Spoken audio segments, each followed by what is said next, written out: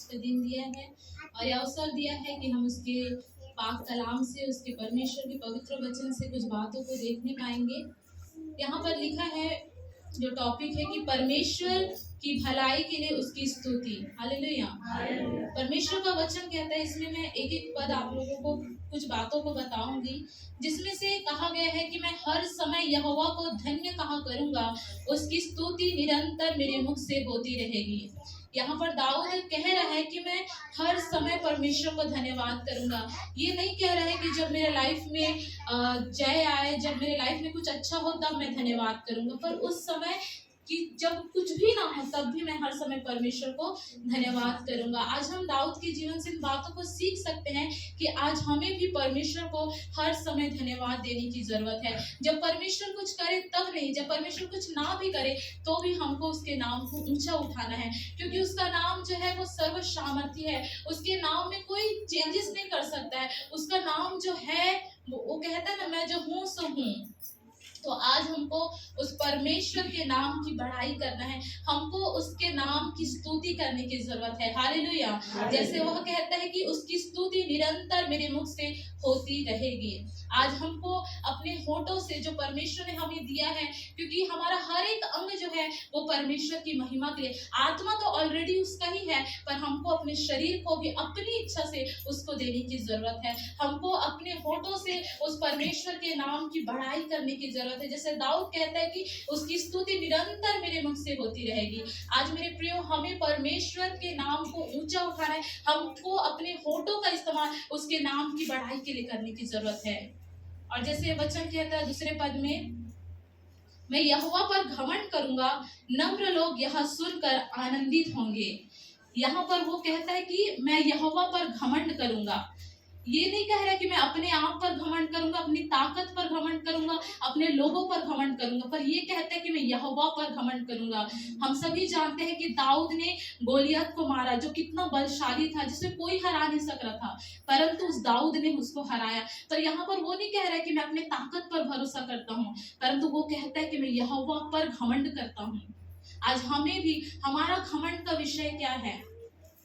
जैसे यिर्मयाह कहता है 9:24 में कि यहोवा यूं कहता है, बुद्धिमान अपने बुद्धि पर घमंड ना करे, न वीर अपने वीरता पर, न धनी अपने धन पर घमंड करे। जो घमंड करे वह ये इसी बात पर घमंड करे कि वह मुझे जानता और समझता है। आज हमें उस परमेश्वर पर घमंड करने की जरूरत है, ना अपने धन पर, ना अपने अच्छे एजुकेशन पर, ना ही अपने कुछ हमारी लाइफ में कुछ अच्छा गुण होगा उस चीजों पर नहीं, या हमारा किसी के साथ पहुंच होगा, कहीं बड़े अधिकारियों के साथ, नेताओं के साथ, या कोई ऐसे लोगों के साथ जिसकी पहचान बहुत अच्छी होगी, उन पर भी आज हमें घमंड नहीं करना है। परंतु परमेश्वर का वचन कहता है, जो घमंड करे वह प्रभु पर घमंड करे। आज हमारा घमंड का विषय परमेश्वर होना चाहिए। पहला कुरिन्थियों 1:31 में भी कहा गया है, और दूसरा कुरिन्थियों 10:17 में भी कहा गया है कि जो घमंड करे वह प्रभु पर घमंड करे। आज मेरा और आपका घमंड का विषय क्या है? आज हमको अपने जीवन में इन चीजों को देखने की जरूरत है। क्या हमारी ताकत, क्या कोई व्यक्ति, क्या हमारे लोग, हमारा घमंड क्या है? आज दाऊद कहते हैं कि मैं यहोवा पर घमंड करूंगा। आज हमें भी कहने की जरूरत है कि मैं यहोवा पर, परमेश्वर पर घमंड करूंगा। तीसरा पद में लिखा है, मेरे साथ यहोवा की बड़ाई करो, आओ हम मिलकर उसके नाम की स्तुति करें।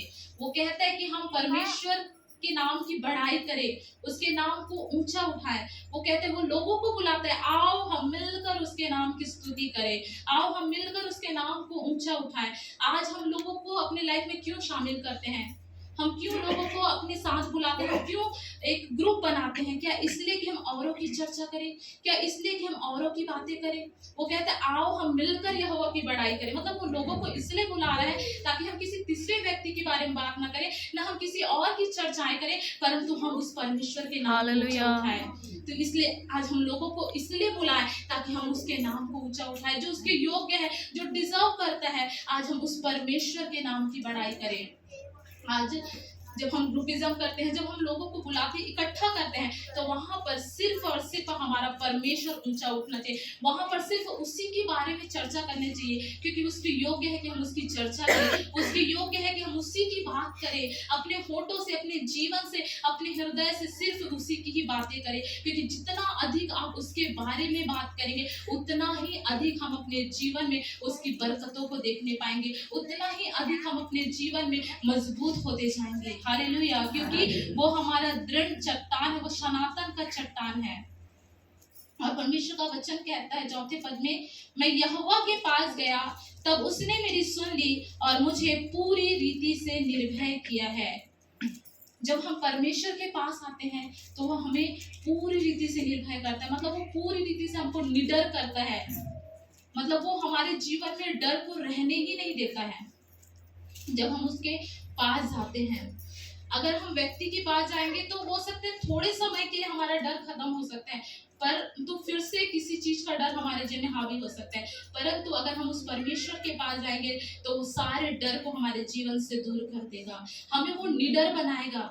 हमको इन दिनों खुदा के करीब जाने की जरूरत है। आप देख रहे हैं कि दानियल जो है वो 3 टाइम प्रार्थना करता था, मतलब वो परमेश्वर के करीब जाता था।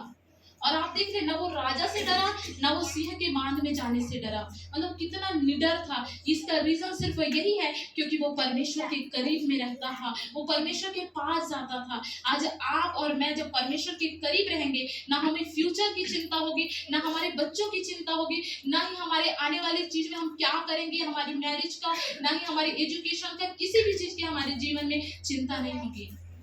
क्योंकि वचन कहता है कि जो मेरे पास आता है उसको मैं पूरी रीति से क्या करता हूँ, निर्भय करता हूँ, मतलब पूरी रीति से मैं उसको निडर करता हूँ। आज हमें उसके पास आने की जरूरत है।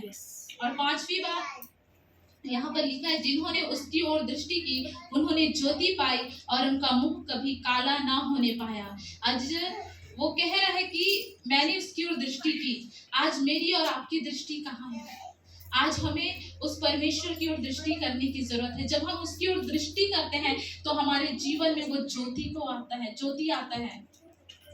ये वो ज्योति नहीं है कि हवा की लहर आई और वो बुझ गई। जैसे हम दिया जलाते हैं, कैंडल जलाते हैं, तो एक हवा की झोंका उसको क्या करता है, बुझा सकता है। परंतु अगर आप और मैं उसकी ओर देखेंगे तो हमारे जीवन में वो ज्योति आएगी। उसको कोई भी लहर आए, चाहे बाढ़ आए, तूफान, कोई बात उसको बुझा नहीं सकती है। इसलिए आज हमें क्या करने की जरूरत है, हर सिचुएशन में उस परमेश्वर की ओर निहारने की जरूरत है। आज हमें उस परमेश्वर की ओर देखने की जरूरत है। आज हमारी नजर जो है वो नीचे नहीं होना चाहिए, पर हमारी नजर जो है उस परमेश्वर की ओर होनी चाहिए। तब हम उस ज्योति को पाएंगे और हमको किसी भी परिस्थितियों में या कहीं पर भी हमको लज्जित होना ना पड़ेगा, अगर मेरी दृष्टि उस परमेश्वर पर है तो। कई बार हमारी दृष्टि कहीं और होती है, इस कारण हमको उन चीजों में शर्मिंदगी को देखना पड़ता है। जब मरियम उस काना नगर के विवाह में जब दाखरस घट गया तो वहां पर किसी व्यक्ति को नहीं देखी, परंतु गई यीशु के पास और यीशु को वो उसने कहा। और आप देख रहे हैं वहां पर एक बड़ी एक शर्मिंदगी हो सकती थी, परंतु वहां पर उसने यीशु की ओर देखा और वहां पर वो सारी चीज जो दाखरस घटा हुआ था वो पूरा बन गया। हालेलुया। आज जब हम परमेश्वर की ओर देखते हैं तो हम किसी क्षेत्र में हम लज्जित नहीं होंगे और हमारे जीवन में ऐसी ज्योति आएगी कि समस्याओं के लहर भी उस ज्योति को बुझा नहीं सकती है। क्या कोई परमेश्वर को बुझा सकता है? आज आप और मैं, उस परमेश्वर ने कहा कि तुम जगत की ज्योति हो। जब हम प्रतिदिन उसकी ओर देखेंगे, प्रतिदिन हमारे जीवन में उसकी चमक रहेगी और उस चमक से कोई बातें टकराएगी भी, पर उस चीजों पर प्रभाव नहीं पड़ेगा, हमारे जीवन पर उस चीजों का प्रभाव नहीं पड़ेगा। इसलिए आज हमारी दृष्टि जो है वो परमेश्वर पर होने की जरूरत है। लास्ट और अंतिम बात यहाँ पर लिखा है, जवान सिंहों को तो घटी होती है, वे भूखे भी रह जाते हैं, परंतु यहोवा की खोजियों को किसी भली वस्तु की घटी ना होगी। इन दिनों जो है हमें परमेश्वर को खोजने की जरूरत है, हमें परमेश्वर को ढूंढने की जरूरत है। यहाँ पर कहते हैं जवान सिंहों को तो घटी हो सकती है, परंतु परमेश्वर की खोजियों को नहीं। क्या एक सिंह जब अपनी जगह से निकलता है शिकारी करने के लिए, क्या उसको नहीं मिलेगा? मिलेगा ही मिलेगा। परंतु परमेश्वर तो उसको भी घटी हो सकती है। आज हमको जैसे जवान से अपने शिकार को ढूंढता है, वैसे ही आज हमको भी परमेश्वर को ढूंढने की जरूरत है। जब हम उसको ढूंढेंगे तो वचन कहता है कि हम उसको पा लेंगे। इन दिनों मेरी और आपकी खोज जो है किसी और चीज की नहीं, किसी पृथ्वी की चीजों की नहीं, परंतु आज हमारी खोज जो है वो परमेश्वर की ओर होनी चाहिए। परमेश्वर हमारे जीवन की हर एक जरूरतों को पूरी करता है, परंतु आज हमको उसकी ओर बढ़ने की जरूरत है, उसको खोजने की जरूरत है। तो इन दिनों आप और मैं क्या चीज को ढूंढ रहे हैं? आज हमको परमेश्वर को खोजने की जरूरत है। जैसे हिरनी जल के लिए हाँफती है ना और ढूंढती है, वैसे आज हमें परमेश्वर की खोज करने की जरूरत है। तो बस यही बात है कि आज हमको हर समय उसको धन्यवाद करने की जरूरत है और हमको उसके नाम को ऊंचा उठाना है। और जब हम लोगों से मिले तो सचमुच हमको उसके नाम को ऊंचा उठाना है। हम जब लोगों को इसलिए बुलाए ताकि हम उसके नाम को ऊंचा उठाएं, हम उसकी ओर दृष्टि करें। आज जो हम उसको खोजें, तब परमेश्वर हमारे जीवन में अपनी भलाई को प्रकट करेगा। परमेश्वर इस वचन के द्वारा